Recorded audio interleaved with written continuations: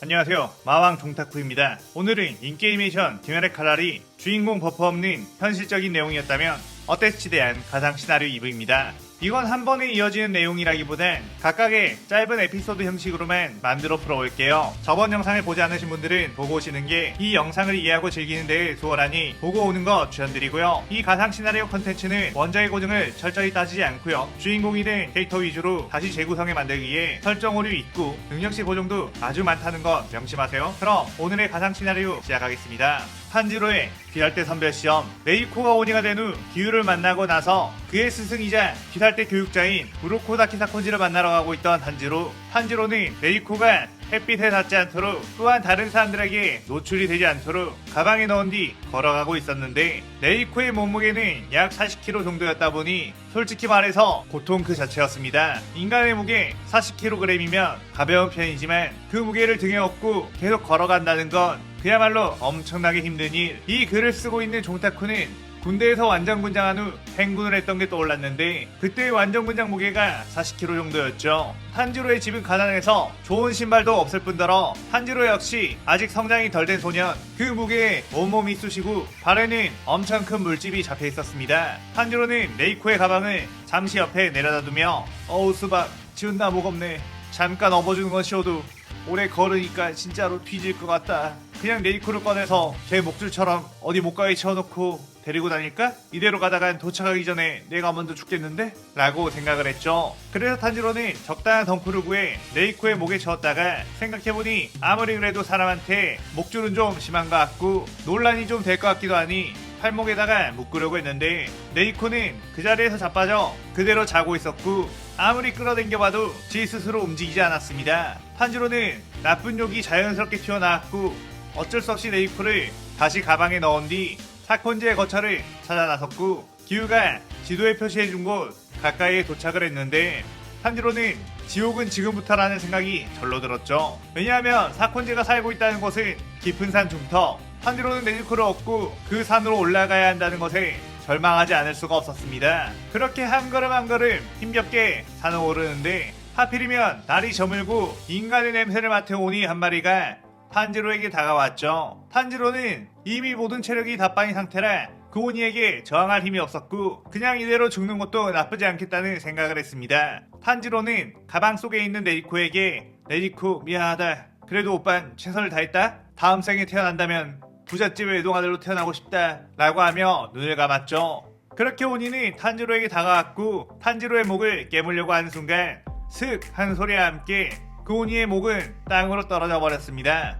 탄지로는 무슨 일이 일어난 거지? 라고 하며 눈을 떴는데 그 앞에는 웬 가면을 쓴 아저씨인지 할아버지인지 모를 중년의 남자가 칼을 들고 서 있었죠. 그는 바로 기우의 스승 우로코다키 사콘지. 사콘지는 분명 기우의 편지에는 오니를 데리고 있는 꼬마 녀석을 보내겠다고 쓰여져 있었는데 올 때가 되어도 오지 않아 길을 잃었나 싶어 마중을 나왔던 거였습니다. 탄지로는 그제서야 살았다는 생각에 안도했고 여기까지 오느라 정말 힘들어 죽을 뻔했다고 했죠. 사콘지는 젊은 녀석이 그렇게 힘이 없어서야 되겠냐며 일단 안전한 곳으로 올라가 이야기를 나누자고 손을 내밀었습니다. 탄지로는 사콘지에게 제가 지금 온몸이 부서질 것 같아서 그러는데 혹시 제 동생 레이코를 들어주실 수 있나요? 라고 물었고 사콘지는 한 손으로 번쩍 레이코의 가방을 들더니 어깨에 메고 산을 오르기 시작했죠. 그런데 30분 후 사콘지는 생각해보니 넌 귀할대 검사가 되고 싶어 찾아온 거 아니냐며 너의 체력 증진을 위해 이 가방은 다시 네가 메고 올라가라며 탄지로에게 넘겼습니다. 탄지로는 그 말에 당황했지만 사콘지의 가면 안쪽으로 뚝뚝 흐르는 땀에 이 사람도 연세가 있다 보니 존나 힘든가 보구나, 더군다나 가면 때문에 통풍이 안 돼서 걔도 왔나 보네 라고 생각했죠. 사콘지는 속으로 젊은 시절이었으면 이 정도 무게는 아무것도 아니었을 텐데 세월이 야속하군 이라며 허리를 토닥이며 걸어갔습니다. 그렇게 겨우 도착한 탄지로 레이코는 방 한 칸에 눕혀놓은 뒤 사콘지는 귀할대에 대한 자세한 설명을 해주게 되었죠. 귀할대원은 비록 수명도 짧고 위험하지만 주의 계급을 달게 되면 엄청난 봉급을 받아 부귀영화를 누릴 수 있다고 말이에요. 탄지로는 스승님은 그런데 왜 이런 허름한 집에서 살고 있는 거냐고 물어보고 싶었지만 꾹 참았고 사콘지는 내일부터 혹독한 훈련이 있을 테니 푹 쉬어두라고 했습니다. 그 다음날부터 탄지로는 사콘지의 커리큘럼에 따라 훈련을 받기 시작했는데 그 난이도는 생각보다 아주 높았고 탄지로는 그 혹독한 훈련 속에서 여러 번 부상을 입게 되었죠. 그럴 때마다 그만두고 하산하고 싶었지만 그렇게 되면 평생 네이코를 온인 상태로 살게 해야 한다는 것에 꾹 참았고 다행히 어린 나이라 몸의 회복력이 좋아 부상도 빠르게 낫게 되었습니다. 그렇게 2년이란 세월이 지나고 탄지로의 몸은 예전과는 다르게 훨씬 빠르고 강해졌는데 사코지는 탄지로에게 귀할대 선별 시험을 치르기 위해서는 전집중 호흡이라는 걸 익혀야 하며 이 커다란 바위를 가를 수 있는 실력쯤 되어야 통과할 수 있다고 했죠. 탄지로는 어떻게 칼로 배워내냐고 물었지만 사코지는 그 정도로 강해지지 않으면 어차피 선별 시험에 합격하지 못한다며 단호하게 말했습니다. 사실 사콘지 입장에서는 탄지로가 딱히 큰 재능이 없다고 생각을 했고 그동안 선별 시험에 내보냈던 많은 제자들이 죽었기에 사콘지의 교육자로서의 위상은 많이 떨어진 상태, 사실상 기후를 배출한 이후에 단 한 명의 합격생도 못 만들어 그나마 있던 귀살대의 지원도 끊겨버렸죠. 그래서 탄지로만큼은 확실하게 합격을 시키거나 아니면 아예 내보내지 않을 생각으로 무리한 조건을 내걸었던 것 같습니다. 탄지로는 혼자서 그 바위를 베어내보려고 아무리 용을 썼지만 쉽게 되지 않았는데 그때 갑자기 의문의 여우 가면을 쓴 소년과 귀엽게 생긴 소녀가 다가왔죠. 그들은 탄지로에게 검을 그런 식으로 쓰면 안 된다며 직접 검술을 알려주게 되었는데 탄지로는 그들과 금방 친해지게 되었고 그들에게서 사콘지에 대한 많은 것들을 듣게 되었습니다.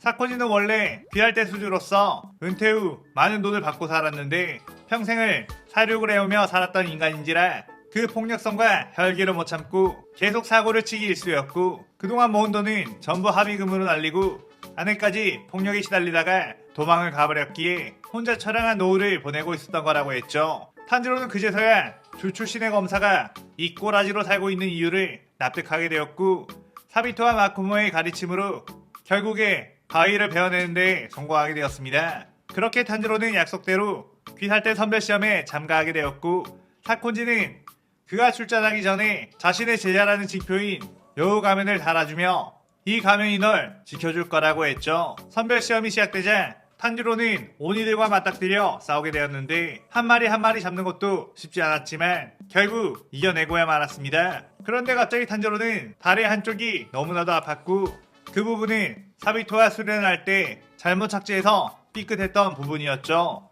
탄지로는 지난 2년간 너무 몸을 혹사시킨 탓에 사실상 마탱이 가버린 곳이 한두 개가 아니었는데 제대로 된 치료와 재활도 없이 선별시험에 남아 생사를 다투다 보니 그 스노볼이 크게 작용한 거였습니다.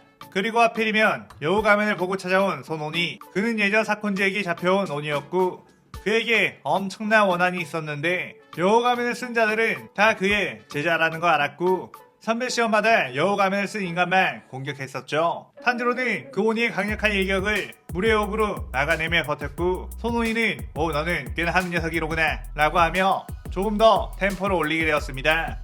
한편 사콘지는 탄지로가 무사히 돌아오길 기원하고 있다가 문득 탄지로가 떠나기 전에 했던 말이 생각이 났었는데 스승님의 제자 사비토와 마코모가 도와준 덕분에 바위를 벨 수 있었다는 말. 사코니는 그땐 별 대수롭지 않게 남겼지만 생각해보니 뭔가 소름이 돋았고 이미 예전에 죽은 그 아이들의 이름을 어떻게 한 거지? 라는 생각이 들었습니다. 한편 탄지로가 잘라낸 바위에 올라가 대화를 나누고 있던 사비토와 마코모는 사비토에게 탄지로가 손온이를 이길 수 있을까? 라고 물었고 사비토는 바보야 말이 돼? 그 녀석의 실력으로는 어림도 없지 크크 이걸로 우리의 동료가 한 명 더 생기했어 라고 했죠. 마코모는 맞아 우리는 실패했는데 다른 사람은 기살덩이 되어 행복한 꼴을 못 참지 라며 웃었습니다. 한편 탄지로는 손온이와 치열하게 싸우고 있었는데 갑자기 부상을 입었던 그 발목이 또 말썽을 일으켰고 순간 틈을 보이자 손온이의 강력한 펀치가 날아와 탄지로를 날려버렸죠. 탄지로는 그 공격에 의식이 날아가 버릴 것만 같았고 도대체 너처럼 강한 온이가 이런 시험장에는 왜 있는 거냐고 물었습니다. 손온이는 그게 도대체 무슨 소리냐고 나는 여기에서나 좀 강한 온이인 거지 사실상 밖으로 나가면 나는 완전 초급 잡목 수준이라고 솔직히 말하면 너희들이 계약한 거라고 여우 가면을 쓴 그 녀석도 다른 온이들한테나 검술이 먹혔던 거지 나에겐 아무것도 아니었다고 했죠. 탄지로는 설마 사비토 씨를 말하는 거냐고 그를 만난 적이 있던 거냐고 물었고 손온이는 그 녀석은 내가 선수 죽여버렸다고 말했습니다. 그 녀석은 1렙짜리 몬스터 상대로 양악하면서 자기가 센 줄 알고 온 시험장을 누비고 다녔었는데 그 자아도취로 인해 자신의 칼이 무뎌진 것도 모르고 내게 덤볐다가 바로 칼이 부러져 버렸다고 했죠. 탄지로는 사비토 씨가 칼만 부러지지 않았다면 널 이겼을 거야 라고 화를 냈지만 손오니는 뭔 소리 하냐고, 원래 수준이 높은 검사들은 아무리 1렙짜리 오니들을 죽여도 칼날이 무뎌지지 않는다고, 미숙한 호흡을 쓰다 보니 그런 약한 오니를 상대로 칼이 무뎌지는 거라고. 그 정도의 실력이라면 칼이 멀쩡해서도 내게 이길 수 없다고. 시험에 합격한 다른 검사들은 아무리 오니들을 죽여도 칼날이 무뎌지지 않았다며, 칼날이 무뎌지는 수준의 검사들은 시험에 합격을 못할 뿐더러 운이 좋아 합격한다고 해도 금방 실전에서 죽게 된다고 팩트 폭행을 했습니다. 탄지로는 내 동료를 모욕하지만 그가 만약 선별시험을 합격했다면 분명 주가 되었을 남자라고 라고 했고, 손원이는 그런 일어나지도 않은 가정은 누가 못하냐고, 나도 이 선별시험장에만 같이 왔더라면 지금은 상행일의 오니가 되었을 거다 라고 말한 거랑 뭐가 다른 거냐고, 어차피 해내지 못하고 죽은 거면 그런 건 아무짝에나 쓸모없는 공허한 소리일 뿐이라고 하며 탄지로를 여러 개의 주먹으로 좁히기 시작했죠. 탄지로는 그 공격을 막다가 결국 칼날이 부러져 버리고 말았고 엄청난 연타에 정신이 아득해졌는데, 그때 갑자기 예전 아빠 탄지로가 알려줬던 히노카미 카오라의 동작이 떠오르게 되었습니다. 탄지로는 맞아, 이 동작이라면 이라고 했는데 이미 자신의 손에는 칼이 없었고 온몸의 뼈는 부러져 버린 상태. 내가 여기서 이 녀석에게 지지 않았어도 히노카미 카오라로 오니를 싹 다 베어버리고 태초의 오니인 무잔도 이겼을 텐데 라고 했죠. 손오니는 하지만 그런 일은 일어나지 않았죠?